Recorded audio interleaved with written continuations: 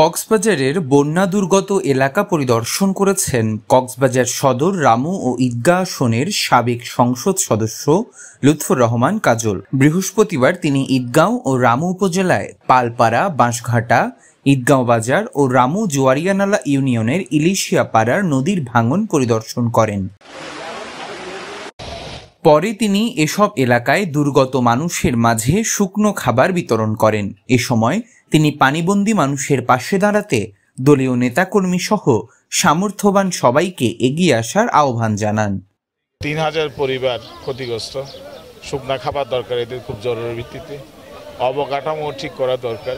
আমি ইতিমধ্যেই ইউনূস সাহেবের সাথে কথা বলেছি, স্থানীয় চেয়ারম্যানদের সাথেও কথা বলেছি, বিএনপি নেতৃবৃন্দের সাথেও আছে আমার সাথে।